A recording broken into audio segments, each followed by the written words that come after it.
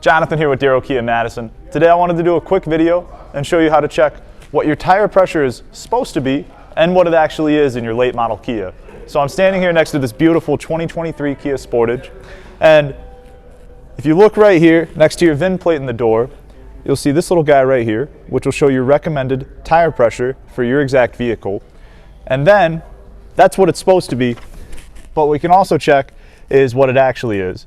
Here in your gauge cluster, you can see a lot of different information, including, and depending on your model, this could be in different parts of this display, an exact tire pressure breakdown by tire. So if you ever get one of those pesky little lights, then you can see exactly what it's supposed to be before you stop at the gas station and find that it's the last tire you checked. So if you have any questions on what your tire pressure is supposed to be, or anything regarding your tires or your vehicle, just shoot our service department a call or stop by today, 608-275-7700.